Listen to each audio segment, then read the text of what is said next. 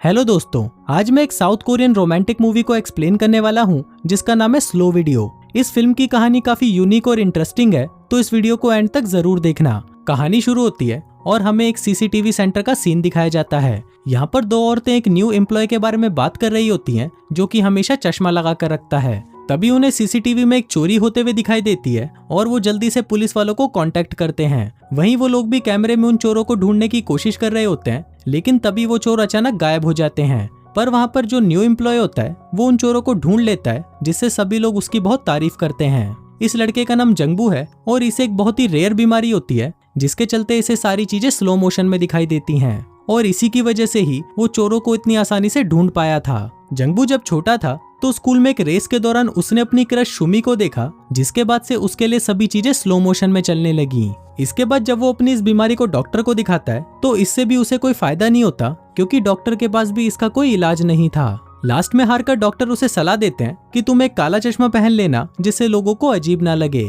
अब जंगबू के फादर उसकी इस बीमारी को कैसे भी ठीक करना चाहते थे, इसलिए वो ज्यादा पैसे कमाने के लिए विदेश चले जाते हैं और वहीं जंगबू अपनी मॉम और अपनी बहन के साथ यहीं रहने लगता है। अब स्लो मोशन में देखने के कुछ फायदे भी थे, क्योंकि ये ऐसी चीजें भी स्लो मोशन में देखने लग गया था जो कि नॉर्मल आंखों से देखना थोड़ा मुश्किल होता।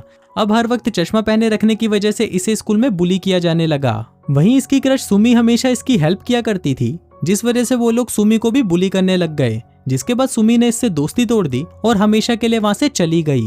अब जंगू का ना तो कोई फ्रेंड था और ना ही इससे कोई फ्रेंडशिप करना चाहता था, जिस वजह से वो गुस्से में आकर अपनी आंखें खराब करने की कोशिश करता है और पूरे दिन सिर्फ कोरियन ड्रामा देखता रहता है। लेकिन इससे उसकी आंखें तो खराब नहीं होती, बल्कि उसे कोरियन ड्रामा देखने की आदत लग जाती है। वहीं काफी महीने बीत जाते हैं और जंगू के फादर एक्स्ट्रा पैसे कमाने के लिए महीनों तक घर नहीं आते। फिर एक दिन इनके परिवार को खबर मिलती है कि एक एक्सीडेंट में जंगू के फादर की मौत हो गई।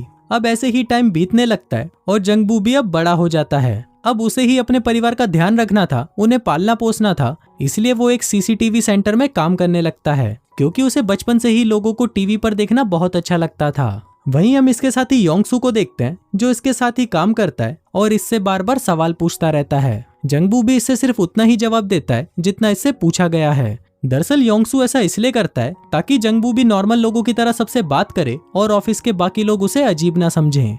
लेकिन वहीं जंगबू सीसीटीवी में देखकर लोगों के फुटस्टेप गिनता रहता है कि लोग कितने कदमों में कहां तक पहुंच जाते हैं, और इसके साथ ही वो उनकी ड्राइंग्स भी बनाता है। फिर एक दिन वो सीसीटीवी में अपने बचपन के प्यार सुमी को देखता है और उसे देखते ही वो उससे मिलने के लिए उसके घर चला जाता है। वहां जाकर वो देखता है कि सुमी अब पहले से सुंदर बन चुकी है, लेकिन बहुत ज्यादा गरीब होने की वजह से वो कर्जों में डूबी हुई है।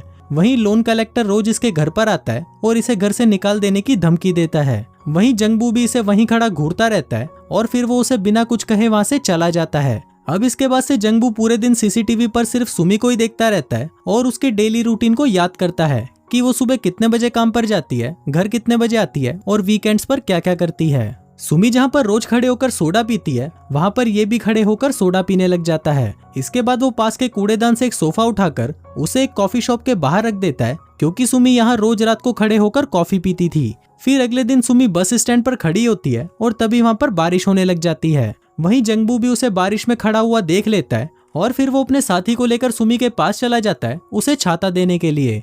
लेकिन ये सब सुमी को अच्छा नहीं लगता और वो उसे गाली देकर वहां से भाग जाती है। इसके बाद ये दोनों डॉक्टर के पास जाते हैं और उससे सुमी को इम्प्रेस करने की एडवाइस मांगते हैं। फिर अगले दिन सुमी अपने एक ऑडिशन के लिए जा रही होती है, क्योंकि वो एक सिंगर बनना चाहती थी। वहीं उसका मैनेजर उसे कॉल करके बोलता है कि तुम लेट हो चुकी हो, इसलिए अब तुम्हें यहाँ पर आने की जरूरत नहीं है। अब सुमी के पास और कोई ऑप्शन नहीं था, इसलिए वो उसे फोन पर ही गाना सुनाने लग जाती है, जिससे वहां पर खड़े सभी लोग बहुत इम्प्रेस हो जाते हैं। तभी वहां पर जंगबू भी आ जाता है और उसे फ्लावर्स देने लगता है, लेकिन इस पर सुमी बोलती है कि मुझे फ्लावर्स नहीं चाहिए और अगर तुम्हें कुछ देना ही था तो इसकी जगह नूडल्स ले आते। फिर वो वहां से जाने लगती है, लेकिन तभी जंगबू इसे इसका नाम लेकर बुलाता है और कहता है कि मैं वही हूँ जो तुम्हारे साथ स्कूल में पढ़ता था। लेकिन इस पर सुमी कहती है कि मैं वो नहीं हूँ जो तुम मुझे समझ रहे हो, मेरा नाम भी सुमी है, पर मैं वो वाली नहीं हूँ। अभी इसकी क्लासमेट सुमी तो नहीं थी, लेकिन जंगबू अब इसे ही पसंद करने लग गया था। फिर एक दिन ये दोनों फिर से मिल जाते हैं और यहाँ पर सुमी से पूछती है कि तुम उस लड़की को क्यों ढूंढ रहे हो,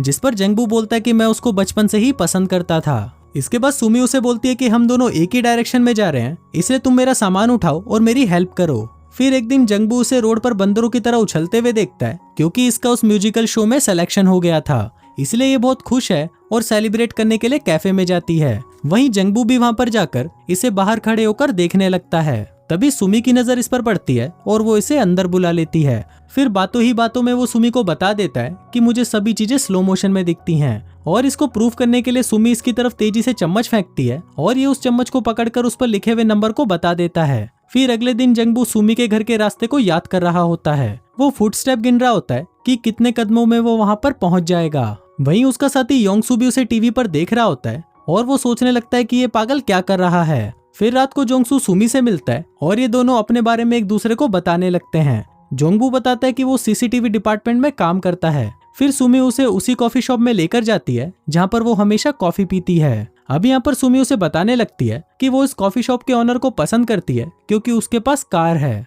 अब ये सुनकर जंगबू को जलन होने लगती है और सुमी के वहाँ से जाने के बाद भी वो उस कॉफी शॉप के ओनर को बहुत देर तक घूरता रहता है। फिर अगले दिन से जंगबू सोचने लगता है कि अगर उसके पास भी कार हो तो सुमी उसे भी पसंद करने लग जाएगी। फिर वो ऑफिस के लोगों से पूछने लगता है कि क्या किसी के पास कार है, लेकिन वहाँ पर किसी के पास भी कार नहीं होती। दूसरी तरफ लोन कलेक्टर फिर से आकर सुमी को धमकाने लगता है और इसके साथ ही वो उसे मारने की भी कोशिश करता है, लेकिन तभी जंगबू वहाँ पर आ जाता है और उसे बचा लेता है। फिर शाम को ये दोनों फिर से मिलते हैं जहाँ पर जंगबू उससे पूछता है कि अगर तुम्हारे पास कार होती तो तुम क्या करती। सुमी बोलती है कि मैं रोज समुद्र के किनारे जाती और वहाँ बैठकर टाइम स्पेंड करती। अब जंगबू के पास कार तो नहीं थी, इसलिए वो अपने एक दोस्त के पास जाता है जो एक बस ड्राइवर है। अब जंगबू उसी के साथ ही पूरे दिन बस में घूमता है और फिर शाम को सीसीटीवी में आकर देखता है कि वो आदमी अकेले ही बेसबॉल खेलता है। फिर जंगबू भी उसके पास जाकर उसके साथ बेसबॉल खेलने लगता है और इसका झूठा दोस्त बनने का दिखावा करता है। इसके साथ ही वो उसे अगले दिन सुमी को बस में घुमाने के लिए भी मना लेता है। फिर अगले दिन जब सुमी बस पर चढ़ती है तो ये लोग उसे कहीं ले जाने लगते हैं। सुमी उससे पूछती है कि तुम लोग ये क्या कर रहे हो, तो जंगबू उसे बोलता है कि मैं तुम्हें समुद्र के किनारे घुमाने बुसान ले जा रहा हूँ। अब सुमी को ये देखकर बहुत अच्छा लगता है कि जंगबू उसके लिए इतना कुछ कर रहा है और वो इसे पसंद करने लग जाती है। लेकिन इनकी किस्मत ही खराब होती है और इन्हें शहर के बॉर्डर पर ही रोक लिया जाता है। पुलिस इन्हें कहती है कि तुम एक लोकल बस में एक शहर से दूसरे शहर में ट्रेवल नहीं कर सकते। तभी सुमी वहाँ पर पुलिस वालों से झगड़ा कर लेती है, लेकिन इसका कोई फायदा नहीं होता, जिसके कारण इन्हें मुड़कर वापस जाना पड़ता है। अगले दिन सीसीटीवी डिपार्टमेंट में इनका बॉस इन्हें कहता है कि आजकल शहर में लड़कियां बहुत गायब होने लग गई हैं, इसलिए तुम हमेशा लोगों पर नजर बनाए रखना। तभी जंगबू की नजर सुमी पर पड़ती है जो सीसीटीवी से अचानक गायब हो जाती है। फिर वो उसे ढूंढने के लिए बाहर भागता है, लेकिन तभी सुमी वहां पर आती है और उसे कहती है कि मैं तुम्हारे साथ प्रैंक कर रही थी। दरअसल यहाँ पर ये देख रही थी कि जंगबू उसे ढूंढने भी आता है या नहीं।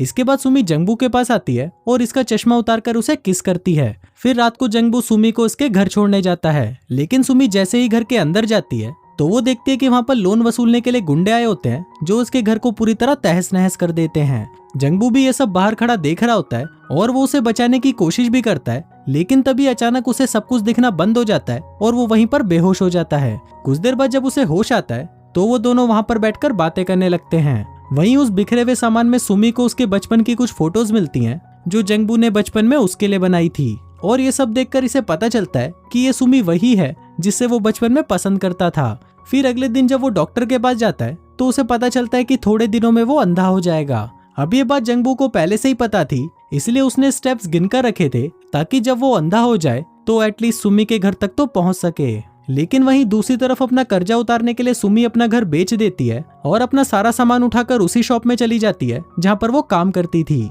मतलब अब से वो वहीं काम करेगी और वहीं पर रहेगी। वहीं जंगबू भी इसे सीसीटीवी पर देख रहा होता है कि ये यहाँ से जा रही है। तभी वहाँ पर सीसीटीवी एम्प्लॉय को एक कार दिखती है जो कि एक किडनैपर की होती है। फिर ये लोग पुलिस वालों को इन्फॉर्म करते हैं कि वहाँ पर एक किडनैपर की कार है। इसी दौरान सुमी भी वहाँ से गायब हो जाती है। फिर जंगबू उसे ढूंढने के लिए बाहर जाता है, लेकिन अब वो देख नहीं सकता था तो इसका एक्सीडेंट हो जाता है। तभी वहाँ पर वो सुमी को देखता है जिसे किडनैपर ले जा रहे होते हैं, लेकिन ये जैसे तैसे करके उसे बचा लेता है। कुछ देर बाद वहाँ पर पुलिस आ जाती है और सुमी को अपने साथ ले जाती है, लेकिन जंगबू वहीं रोड पर ही खड़ा रह जाता है। अब कुछ दिन ऐसे ही बीत जाते हैं और हम सुमी को देखते हैं जो काफी दिन से जंगबू से नहीं मिली क्योंकि वो काम में बिजी रहती है। लेकिन जब भी उसे उसकी याद आती है तो वो सीसीटीवी कैमरे में देखकर हाय कर देती है, लेकिन यहाँ पर उसे पता नहीं होता कि जंगबू अब पूरी तरह अंधा हो चुका है। फिर एक दिन ये जंगबू को एक कैफे में देखती है, वो उसे हाय बोलती है, लेकिन वो उसे बिना रिस्पॉन्ड करे वहां से चला जाता है। वो अपनी अंधों वाली स्टिक निकालकर वहां से जाने लगता है। तभी ये देखकर सुमी को पता चलता है कि अब वो अंधा हो चुका है और ये देखकर वो रोने लगती है। इसके बाद वो उसका पीछा करने लगती है और उसका पीछा करते हुए एक आर्ट गैलरी तक पहुंच जाती है जहां पर जंगबू ने सुमी की बहुत सारी पेंटिंग्स बना के रखी थी। अब ये देखकर सुमी बहुत खुश होती है क्योंकि अंधा होने के बाद भी वो सुमी को नहीं भूला था। फिर अगले दिन वो जंगबू का फिर से पीछा करती है, लेकिन तभी वो मुड़कर इसे पूछने लगता है कि कहाँ चलना है। दरअसल इसे पता चल चुका था कि सुमी इसका पीछा कर रही है। अब यहाँ पर ये दोनों एक दूसरे को हक करते हैं और इसी के साथ ही ये फिल्म यहीं खत्म हो जाती है।